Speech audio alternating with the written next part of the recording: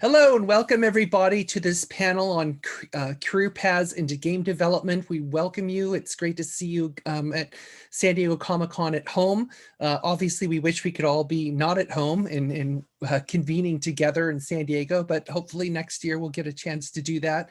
But it's great to be back here, being able to present at least.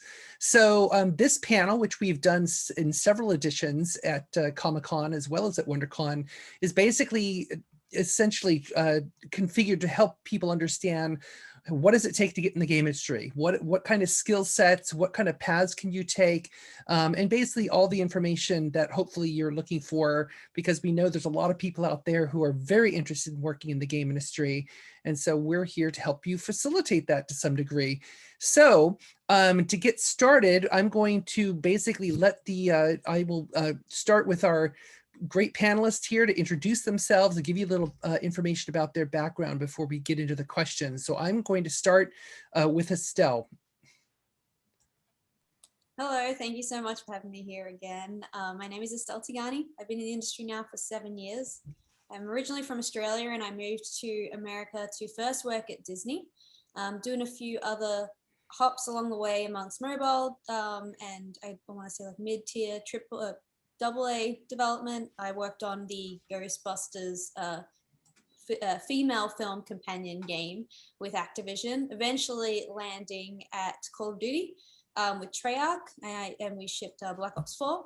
Now I'm with Sony Santa Monica working on the next God of War on the cinematics team. So yeah, it's awesome to be here, and I know that I have a very unique story to tell. My career path was one that involved, moving countries and working out and navigating that path a little bit different to potentially some other folks. But then at the same time, we have a ton of international people and the games industry is global. So maybe my story will ring true for some other folks. Thanks. Awesome. How about you, Erica? Hi, thank you for having me on the panel. My name is Erica Pinto, and I'm the lead narrative animator at Santa Monica Studio, working also with Estelle on the next God of War game. I actually got started in the industry as an intern at Electronic Arts back in 2003. I worked on 5 Medal of Honor games there for about 7 years before coming to Santa Monica Studio, and I just finished my 10th year here, so I'm very excited to continue in the games industry. Thank you. And how about Carl?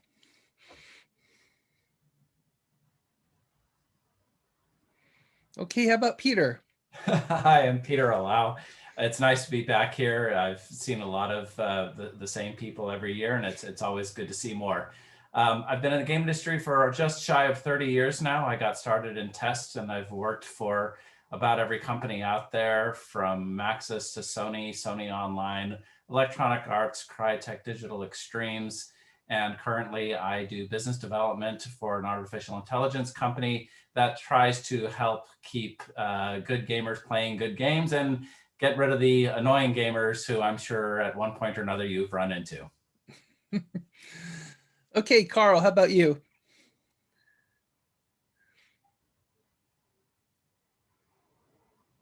Hey, Carl. I think we're having connection problems.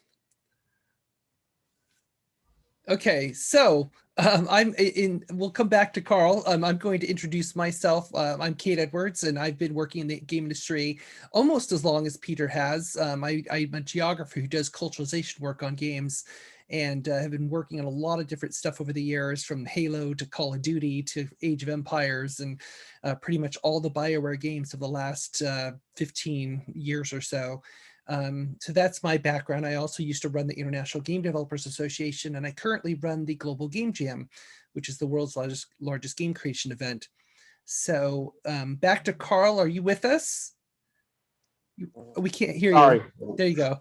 All right, so my name is Carl Bernardo. I've been in the game industry about 17 years. My current stint with EA, working on Need for Speed and a couple other titles.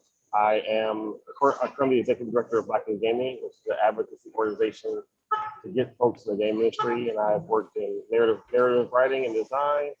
I also teach game design, film, and animation at various different levels.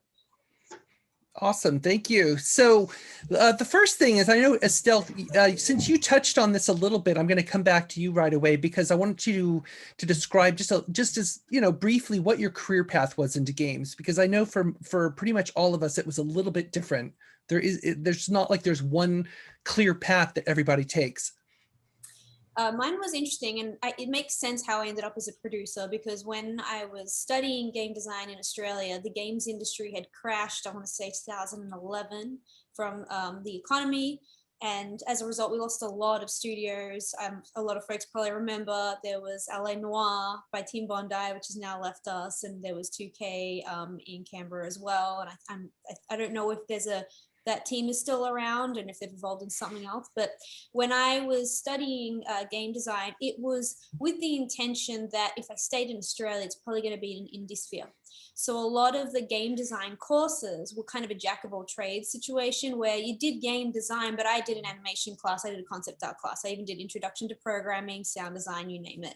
So by the time we had done our final project, which was to get together with the other students and make a game in a semester, we all kind of fell naturally into the roles that we wanted to pursue based on that. But it still kind of meant you might have to step in. And I remember doing some artwork and then helping out with some of the sound effects as well.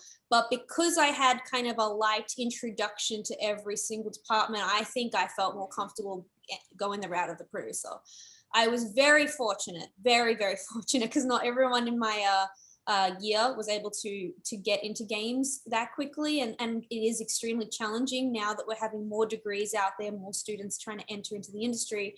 I was able to land that job at Disney. 7 days after I graduated, I flew to America. So I recognize I am very, very grateful for the chance that I got. I'm very lucky. And I was at Disney for a year and a half, moved to California. And as I was saying before, I realized even when you get into games, you're not going to get the triple. I mean, unless you land that internship, and there are a lot of lucky people that do, it's humbling to kind of start off small, start in an indie studio or a small studio. And for me, that was Fireforge Games, and worked with them for about 2 years, then went to Loot Crate. And all along the way, for me, I was just thinking about how to add as many skills as possible to my toolkit, because you get that first gig and you're not perfect right out of the gate. And probably with the first gig, you're going to be observing and listening and absorbing as much information as possible, because no matter how much they'd like to, or I don't think anyone actually believes that formal education will give you all the experience for the real world, but they try to give you the basics and the theory. But really, it's that first or second year of the industry that you're learning the most. And in truth be told, Erica knows I'm still learning 7 years later. There's a lot that I don't know, and I'm always trying to develop myself, because the industry is becoming more saturated. You're trying to give yourself that competitive edge that makes you stand out. Being a producer is great, but if you're a producer that also knows how to program and you can become a technical producer, suddenly you're a gold mine. And for me, if I'm helping out my animators on cinematics team, if I am able to understand how they animate, or even learn Python, that's gonna give me that edge. So if there's any kind of advice already, it's just based off of my story. I took a lot more years to get to where I am, but that didn't mean that I missed out, because I learned along the way, hearing from as many different people as possible. And it put me in a situation where I knew I had to push harder to compete with some of the people that didn't have to face some of the obstacles. That's awesome. Yeah, that's fantastic. Peter, how about you? I was fortunate to jump into the game industry at a time when it was still really young and really new. And anybody could just sort of come in and say, "Hi, I'd like to test some games." And they would say, "Sure, come on in. We'll actually pay you to do this." But my entire career was based on a series of me saying yes to everything that somebody asked me to do.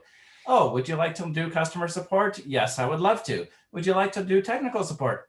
"Yes, I would love to." Did I know what this meant at the time? No, I didn't, but I could learn very quickly. And this was still pre-internet days, so we looked on systems like CompuServe and America Online, for those who remember what both those are, and learned everything I could. From there, I went into being a producer, and eventually I was a music director, and fortunately was able to fall back on my music degree for that. And the two of those got me into early days at Sony when they kind of needed a jack of all trades to handle all sorts of things back when the PlayStation 1 was just getting started. And in my 5 years there, I learned everything from how to work with third parties to the business side, to the legal side, to understanding the importance of marketing, working with large companies and small companies, and most importantly, the value of understanding the problems of everybody that you encounter on a daily basis. And it turns out that my most powerful skill is being able to help everyone else. If they had a programming problem, if I couldn't help them, I knew the person who could. And if they had a problem getting a game through test at a timely thing, I knew who to ask and I knew what pressure to put on, and had built up enough professional clout to be able to apply some of that pressure. As the industry changed and as I changed, I've moved into business development and understanding how to work with other third-party companies and how to license technology and understand the legal parts of that, and getting myself in just enough legal understanding of how to speak with lawyers. The best way to put this is that my career has been a series of very happy accidents, thanks to me having a very open mind and a lot of very, very good mentors. And if I had to give one piece of advice, it's to anybody new in the industry: say yes to everything you possibly can to get yourself in that door, and then do everything you can to make sure that the door is locked behind you so that you're inside the room forever. That's, yeah, fantastic advice. I can attest to this. It works. How about you, Carl, about your career path? My career path was hilariously jagged. I was I did grad school for a long time and got dual degrees in education and media management after my film degree, and then I went to Hollywood. I worked as a studio kind of like executive for a director's company called Bill Duke for a long time, and then I left that and taught. I taught film, animation, screenwriting, game design, and then I started writing for EA and writing for other companies, on working with them on their research and story methodologies and figuring out like how to create the worlds and world building. And I do cultural consulting sometimes with Kate, on like, do ideas really make sense? Are they fitting the world the authors are trying to create? So I bounce back and forth between business development, story development, and dealing with various different ways people approach creating characters. My strength is story structure and understanding how story works. So yeah. That's great. Interesting mix, especially the Hollywood background too. How about you, Erica? Yeah, so I had gone to UCLA to study animation with the big goal that I was going to work for Disney or Pixar or get into the film industry in some way or another. And after a few rejection letters, I was like, okay, well, let's see what's out there. So one summer, actually one of my classmates had been working at Electronic Arts and he was still trying to finish up his thesis film. So I'd still see him in the classroom every now and then working late nights. And I'd be like, hey, how you doing? And he's like, you know what? You should apply for an internship at EA. You know, we've got these internships every summer. And I was like, well, I've never thought about going into games, but okay, I'll give it a try.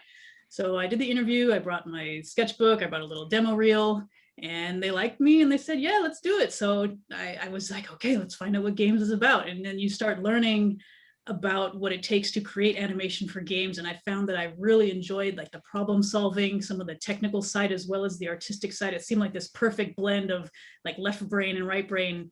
Like it really scratched that itch for me. So I did the internship.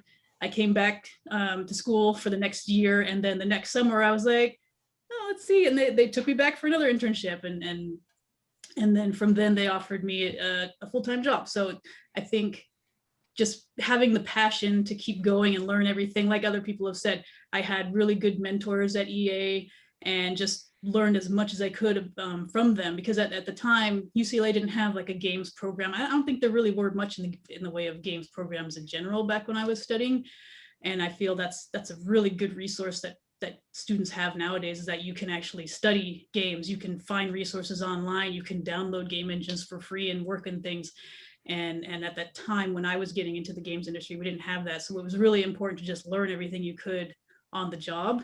And I'm still learning. 17 years later, I still learn new things on my job every day. And I think that's kind of the most important thing for me, is just being a lifelong learner, you know, and now that I'm on the other side and I'm hiring people fresh out of school, that's what I'm looking for. You know, that, yes, it's always a bonus to see, have you worked in a game engine, and seeing that on a demo reel, like, oh, I've put some game animations into Unity and I can create a little nav set and make them run around. But also just, can you tell a story? I mean, I work in the narrative department, so storytelling is very important. So seeing, you know, can you show that your character is coming to life, you know, that it's thinking, and that, you know, that you've got a passion for animation. I think you don't necessarily have to have the game background. It helps, obviously, these days. But I mean, our last two interns that we brought on, neither of them had really worked in games yet, but their demo reels were strong, and they proved that they were very fast learners. They're two of my strongest animators now, so I'm very proud of them. And I would say, yeah, I would love to get more interns. That leads to another question I want to ask all of you, and if this is just feel free to dive in. So I'm curious, kind of to the point you just raised, or tangential point, is how do you feel about having a formal education program? Like you said, today there are a lot of game programs that people can go into, but then there's a lot of people who don't have a formal education in game design or programming or art, and yet they still are able to get a job in the industry. And I know that's often one of the biggest questions I get asked from people who are interested, is like, should I go to school, or, you know, do I have natural, you know, artistic talent, for example? Do I really need to go and get a degree in game art when I feel like I already have my skills where they think they need to be? So how do you feel about that? I think it's going to depend on the project, the studio that you're applying to, the position you're applying to, and also what is on your reel. If you're an artist, what is on your reel? Is it strong enough without needing game design experience? I mean, I will say, having looked through a couple hundred demo reels, it does make you stand out if you can show that I've worked in an engine before, but it's not required. You know, it's always a nice bonus to see if you can make yourself stand out. But if you can make yourself stand out in other ways, like you are the most amazing animator I've seen coming out of here, then you may not necessarily need a demo reel that has game experience on it.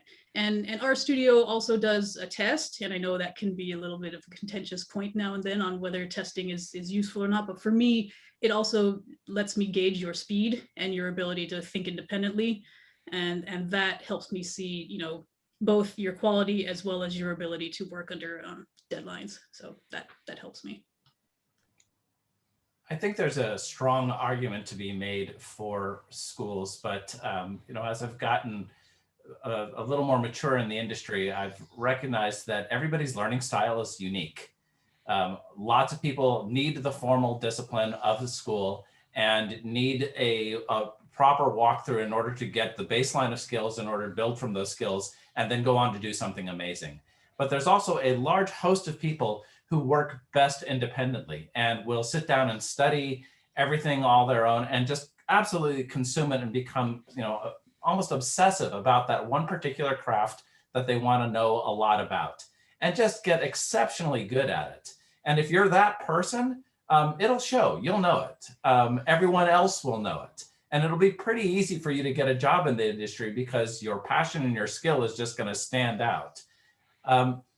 I would also argue that that person is rare. It's not a very common trait.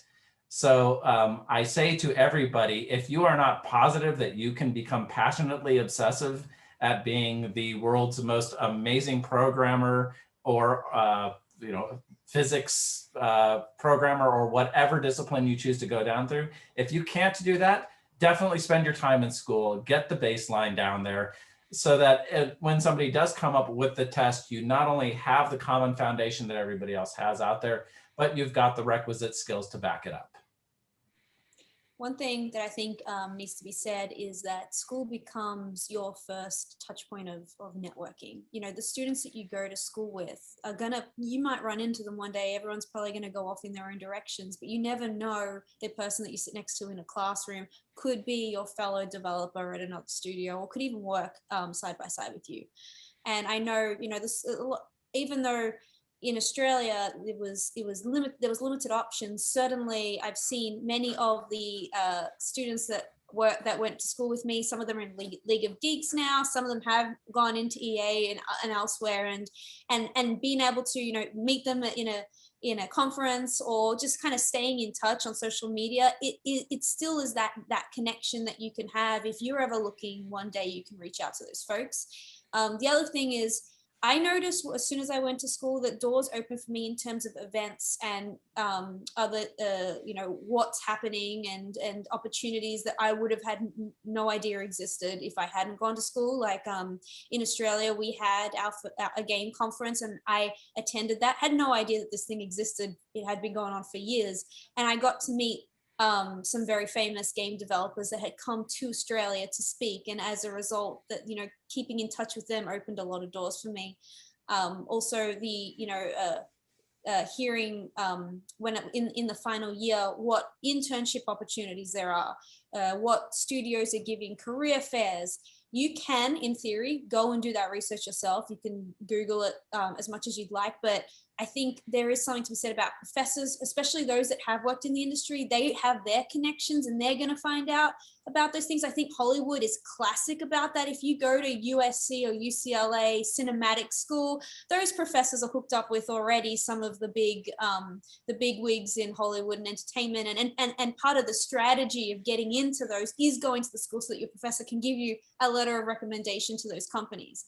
So I want to acknowledge paying money for that does mean that there are, you know, certain demographics that are at a disadvantage because they may not be able to afford it, and that creates a whole other conversation about the ethics of that. So I didn't want to acknowledge that, but if you can afford it, it will be to your advantage. But then once you're through that door and once you're at school, don't let school go by without seeking out what those events, those opportunities, those networking, speak to your teacher. That's half the battle. You can go into school for years and do great A's and get all, you know, high marks on the craft and the classes. But part of it is asking your teacher, what's out there? Can you introduce me to someone?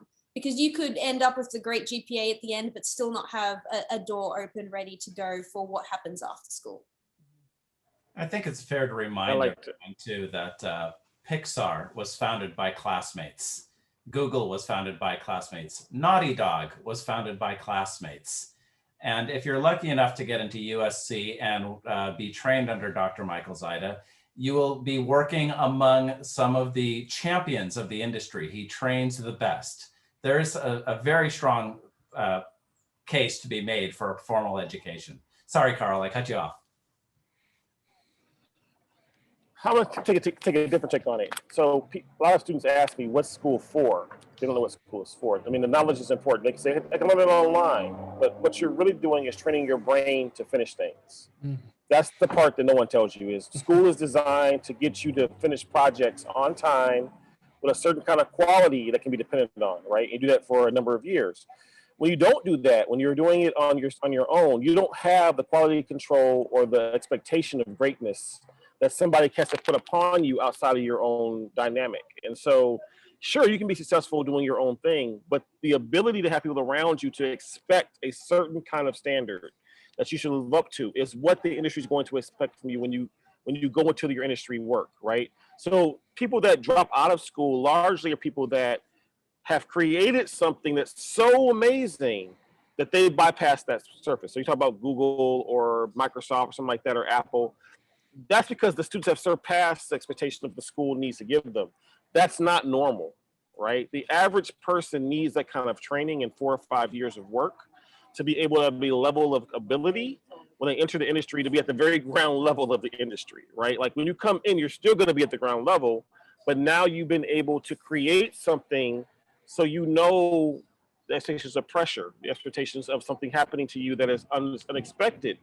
Let's say you're working in a team and the team falls apart, you're the only one that can do it, right? There's all these things happen in school that are so educational that are not the classes that people don't talk about. Yeah, just to piggyback. Oh, sorry. No, go, please. I was just going to say, piggybacking off what Carl said, if you can find a program that emphasizes a team project, that is something that develops skills that are very important when you work in a studio, because working in a team is probably one of the most important things you need to do. Being able to communicate with each other, being able to know what the dependencies are, what people are waiting for stuff from you, what you're waiting on from other people. And if you can find a school that will help you learn those things and not just like you do your own thing all by yourself, I think that's very important. And that's something you can also demonstrate in an interview. It's like, look, I worked on this project with my classmates and this was my responsibility and this is how I helped make sure other people had their responsibilities. That's something you can kind of show to a potential employer that, look, I can be a good team player. No, I think they're all fantastic points, especially because usually when I respond to people who are asked this question, I'm basically, it shows us two things. You can get something done and you can get something done with other people. And that's really important in this industry because like to Peter's point, it's very, very rare to have a person who can kind of be good at everything and kind of have all those skill sets. I mean, there's some of them out there, but they are unicorns without a doubt. So I know a lot of people also wonder, beyond the question of education, is kind of the issue of how easy it is to get into the industry, especially because we often hear, like Peter, for example, you mentioned about going through the QA route. So we hear a lot of people saying, I'm going to be a game tester. And if I could be a game tester, then my path will be set and I could then, enjoy the rest of my career in the game industry. But I wondered about your thoughts on that, about like, where do you start? Even if you have a degree, oftentimes people have a challenge getting that first job. And so they do end up doing what some people would consider more entry level, but what does entry level look like in the game industry these days? Oh, I guess that question's at me. Anyone, really.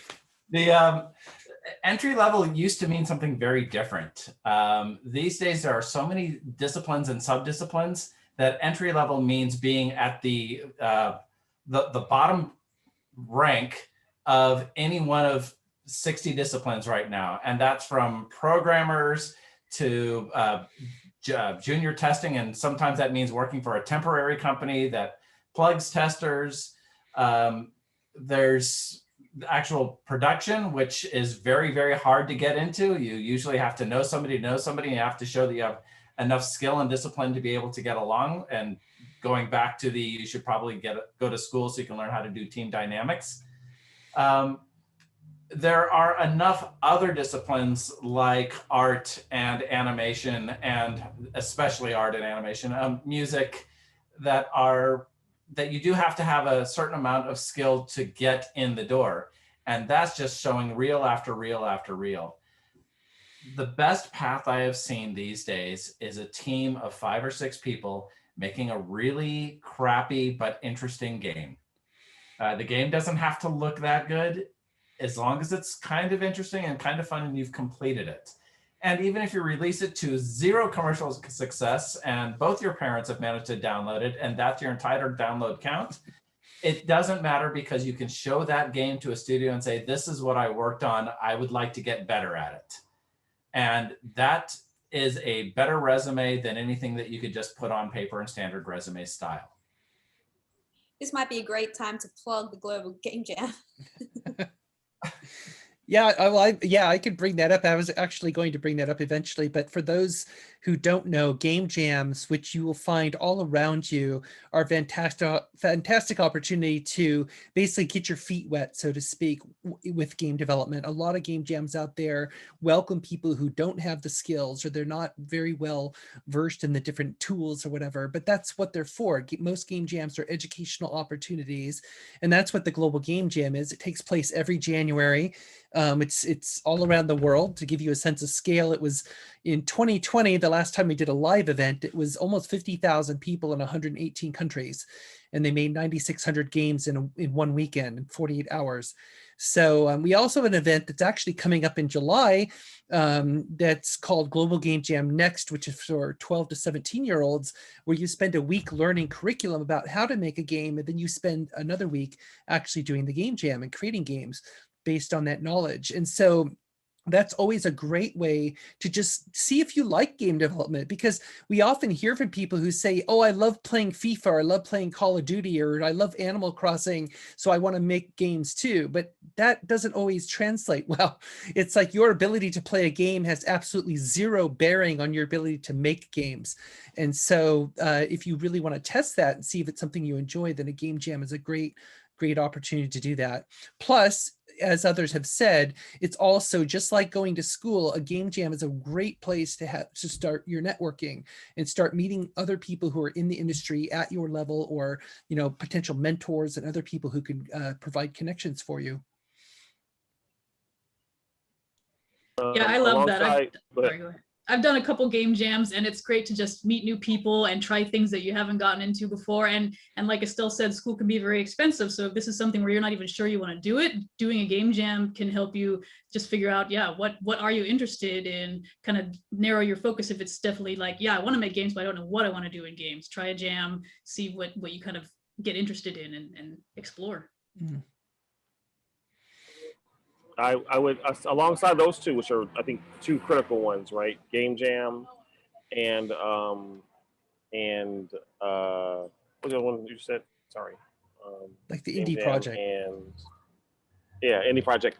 The other one I think is volunteering, right? Volunteer for things in your area that are doing conferences, expos, anything alongside the game industry that you can volunteer for is a great way. It's great meeting people that are higher up you in the industry, working together on a project together, and it makes it relevant.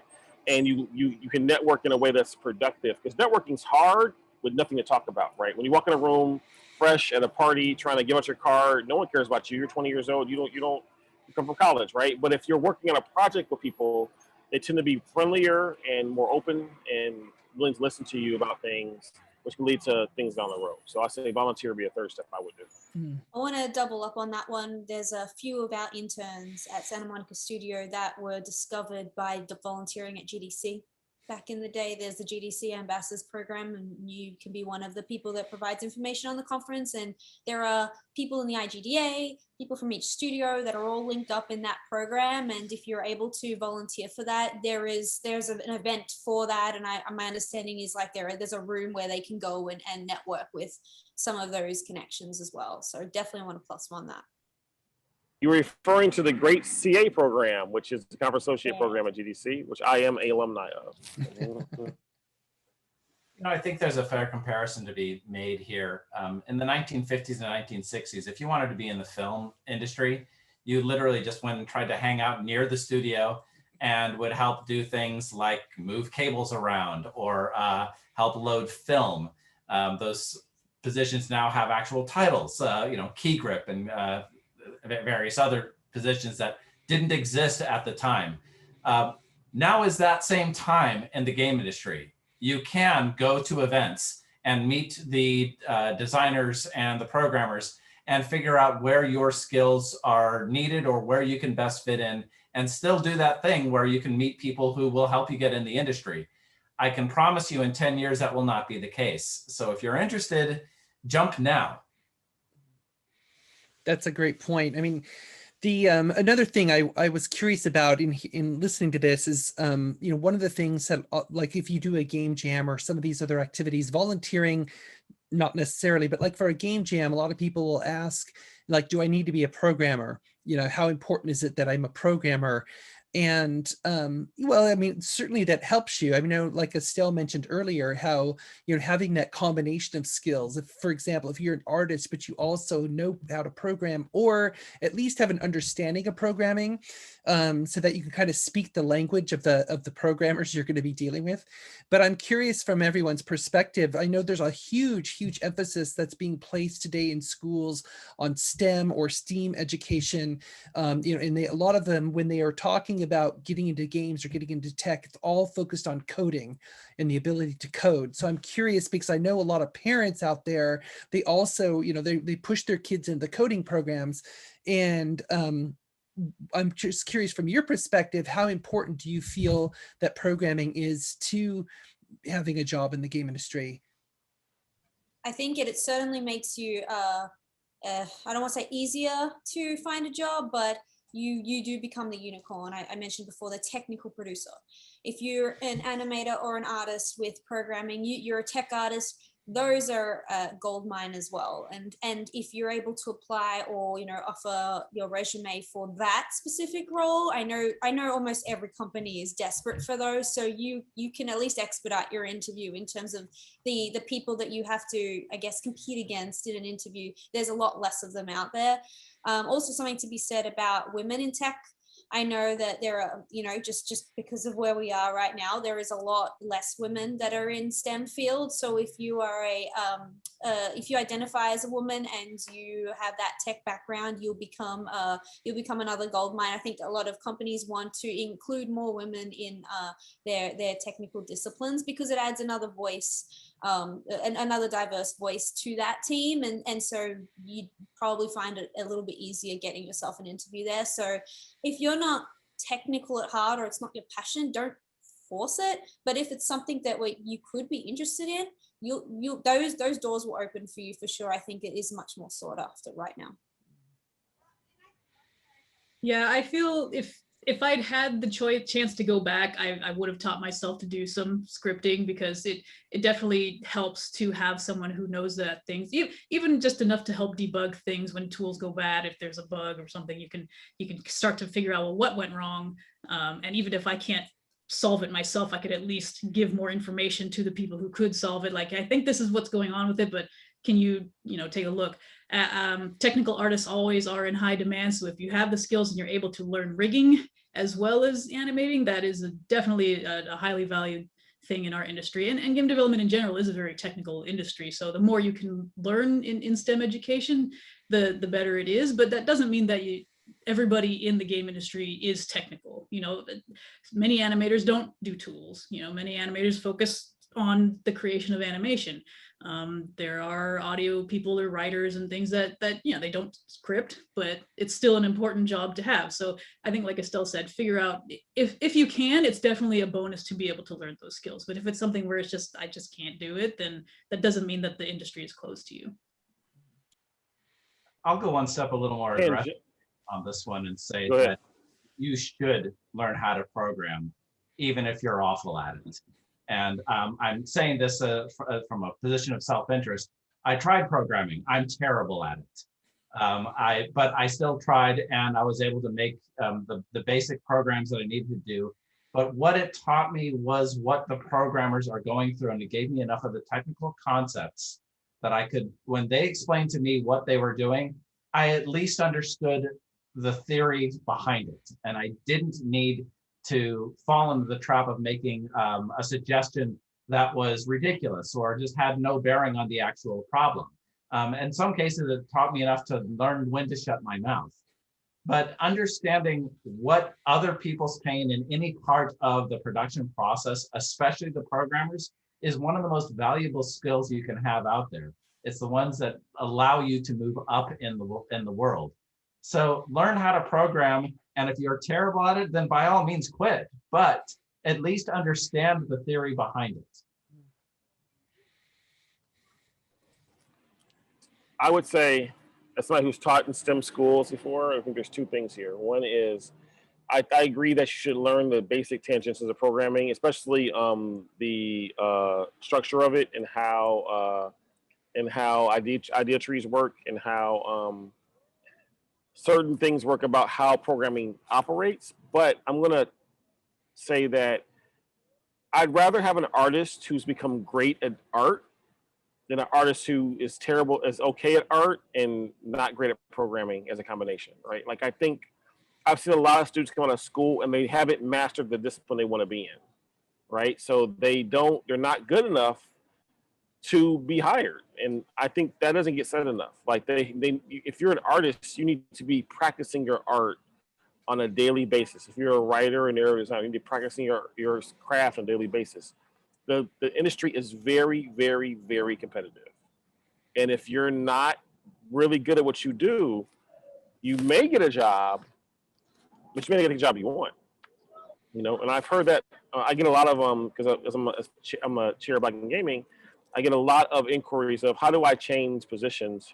How do I get to where I want to go? And I want to always tell a person, make sure you're the best person in the room. You know, then the other stuff is tangential, but are you the best person for the job? Are you the best candidate? Like, is that what you're fighting for? You know, and I think sometimes we don't give that information enough to candidates coming into the industry. You have to be really good at what you do. It's really important so that you don't get upset if it doesn't happen to you. You get another job. One tool you should absolutely have in your toolkit is problem solving. I know that programming helps you be a better problem solver, but you don't have to do problem solving. But regardless, every discipline needs to know how to problem solve, because at every point of development, you're going to come across, whether it's all the bug fixing at the end of the game, where everyone needs to step up, the creation's done. Now it's all of those bugs getting bugged up. Like having, to what you said, Peter, you know, having some kind of programming background would allow you to understand when the programmers need to jump in and help out solving some of those bugs. If you can speak to, you know, kind of the repro steps, or kind of get an understanding of what the issue might be, that's going to help you. But even, you know, as producers, the schedule's never going to fit. So we need to problem solve how to make the schedule fit.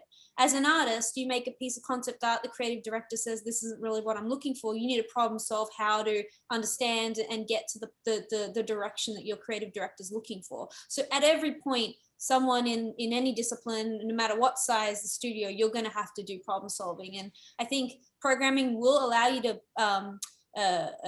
practice that muscle better, but you don't have to do programming to get in the habit of problem solving. Well, I would also mention on that note that it was interesting a few years ago at the Game Developers Conference, SpaceX had a booth there, and they were hiring game developers for their space program. And I asked the recruiters, why would you go to a game development conference to find people to work on a space program? And they said it was really the problem solving capabilities of people in the game industry. They, in their view, surpass pretty much anyone else in other tech sector jobs, because they said the game developers are creating or dealing with problems they don't even know they have because they're on such a cutting edge technology. And they said, we're basically doing the same thing. You know, we need people who can deal with problems that we can't even imagine yet when we're going out into space. And I thought that was actually a really nice compliment to those in the game into the game industry. So one of the things we keep hearing about game developers, we're always trying to put the tracks down while the train's going. Yeah. That's like the one you hear a lot, right? Exactly. And I would just also make a plug for anybody who does not have a tech background, or you've, like Peter said, you tried programming and you suck at it. I'm one of those people too. I'm a geographer. I found a way to work in this industry, basically helping consult on the cultural adaptability of the content to markets all around the world, which is very, you know, obviously the game industry is a global industry. And so oftentimes I will tell people, if a geographer can find a way to work in this industry, virtually anybody can. Trust me.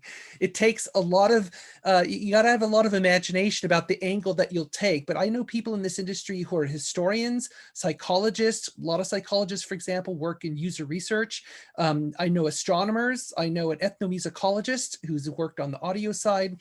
So there's a lot of different ways to enter the industry with a very diverse background. But you kind of, the more outside the mainstream of the creative core jobs you are, the more creative you have to be on how you apply those skills to the industry.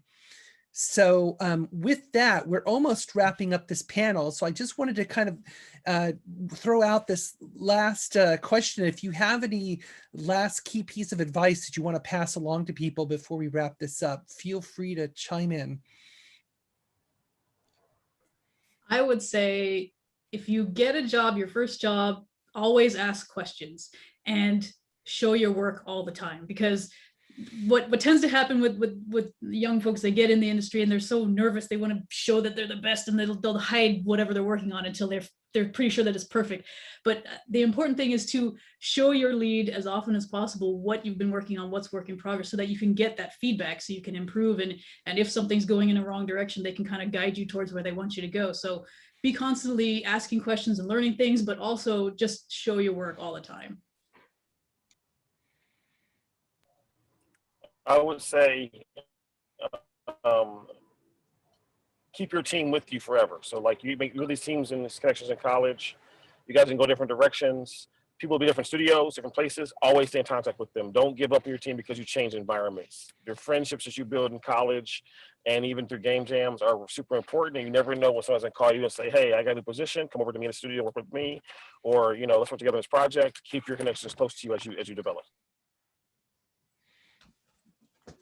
Network, network, network. Even if you are not gregarious, and at one point I really was not, I learned how to get that. It is not a born skill, but learn how to talk with people, learn how to be interested in what they're doing, learn how to shake hands and mean it. It's as simple as just knowing what this industry is doing and who is doing it and how you can help.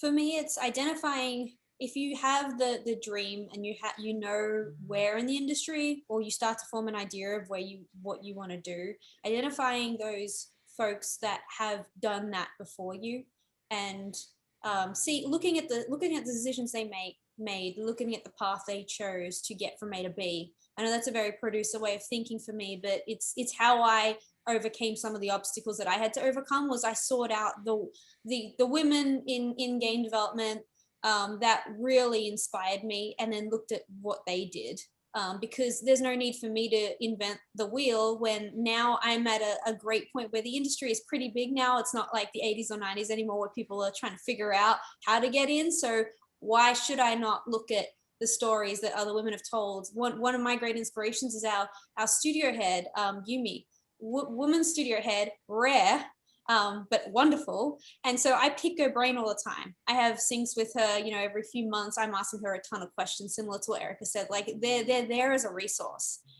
Seek them out. And if they're open to even an informational interview, find out what they did right, find out what they did wrong, and be prepared to make mistakes along the way, because you're only going to learn that way. I've made plenty of mistakes. I've failed. I have been rejected by Sony Santa Monica and came back again and interviewed and got the job. So totally fine. Yeah, I realized my advice was for people who had already gotten their job, but if you're looking to get in, I would say figure it out, like what is the thing you really want to do, and find the studios that do that and cater your application to that kind of job. Like, I see a lot of reels where the animation is cool, but it doesn't really match what Santa Monica Studio is all about. So you want to see your application, you want to make it, interesting to the people who are trying to hire you. And as Estelle said, you'll always make mistakes and you may get rejected or whatever, but that doesn't always mean that you're not a good fit ever. It may mean that you're not a good fit at that time. So don't take it to mean that you can't ever apply again, or that, oh, that studio's never going to hire me. Like maybe it was just a wrong time in the production cycle that we weren't ready to hire junior people, or ready, maybe you just need to work on your skills for a few more years, but just don't give up. Yeah. On that note, really quickly, one of the things I do see the mistake of most people coming in the industry is they try to get the job they want versus getting into the industry, right? Getting into the industry is more important than getting a job you want in the beginning. Like, just get any job you can in the industry first, and then figure out the rest of it later on. Don't try to target your job and try to make it perfect. No, just get in the industry. Like, get a job that says you work somewhere that does games.